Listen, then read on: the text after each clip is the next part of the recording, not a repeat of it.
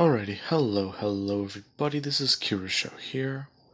Now, before we do begin, I was having trouble with getting the link to the Wattpad, and if I remember to, I will be putting it in the link, the link in the description below. So that is another thing before I do start. Along with that, I'm going to be recording the Steven Universe What If directly after this. So let us begin. Chapter 2, 1 week later. It has been a couple days since it all started, but it is still a hard case. I've been flying around and trying to look for evidence. There were 14 new cases since the first abduction. Yes, I probably sound crazy, and some heroes and officers know I've thrown that word out there a few times. But still, this is crazy and the number just keeps rising.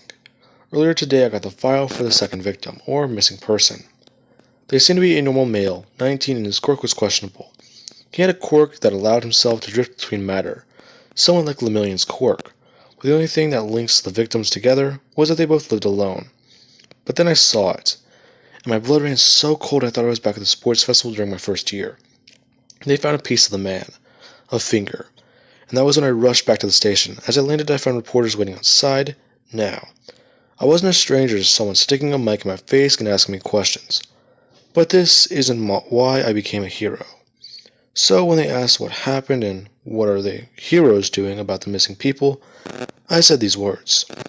Well, you see, what we plan on doing is very sensitive information, so I can at least tell you this. I plan on trying to find out and save these people, along with a lot of the heroes we have on the case, but that's all I can give you. I then rushed inside. Now I know how All Might felt in these situations.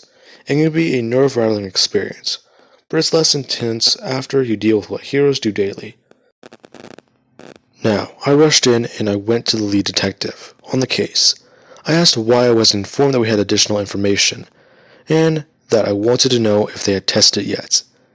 He pulled me aside and said in a very low and somewhat modest tone, "You see, we're not really sure what this is. It could have been the man's quirk, but it's odd. They found similar evidence of the man's apartment, a few drawings, and well, the DNA on the finger is his, but it's what's in it that's weird." "What's in it?" I asked. "Yeah, in there. Wasn't a clear idea, but, well, go see for yourself." I then walked into the room, full of equipment and vials. I then asked the two sitting there what did they find, and then the woman cut me off, saying, "It's not a matter of what we found, but it's what we didn't even then. This is a lot more impressive than a lot of things I've seen." I raised an eyebrow and asked what she meant, as the man said that I shouldn't worry about her. She's a quirk fanatic. I then smiled a bit and said, "I understand. I'm a bit like that myself. I might be the number 9 hero, but I do still keep hero notebooks. But sorry to say, I do need to know what you found." The woman was ecstatic as she wanted to hear more, but the man said that it's what we didn't find that was more interesting. Apparently the finger had this inside it, as he pulled a vial out of a rack of others, and then held it up saying, "This little thing we believe is the culprit." I was confused as he asked what that thing was. The man said that this little creature we thought was part of someone's quirk. I then asked, "Thought was? What do you mean?" "Well, it's strange. It doesn't show signs of being part of a quirk, but it's..." As there was a loud boom outside, and I ran out of the room to see what's going on. Me and the woman are running outside, but before I can get outside, inside the evidence room, there is a loud scream. I then turned back to see the glass window shatter inside the room.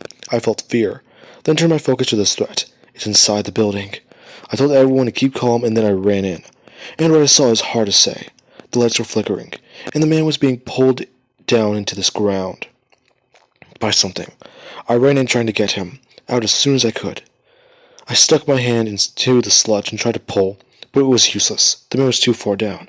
I was being pulled in, and it was eating through my gloves and shirt. I then heard the voices. It was horrible. It was overwhelming me, and the world was turning dark. The next thing I remember hearing is more officers coming into the room and pulling me from this thing. Then it disappeared in the darkness. I took a deep breath as everything just felt weird. It was like I was a child scared in the dark being pulled out of a nightmare. Alrighty. Well, note to self. Take a breath when you're doing this. Alright, now. That was chapter 2 of The Last Hero. And I hate that I noticed spelling mistakes in that as I read it.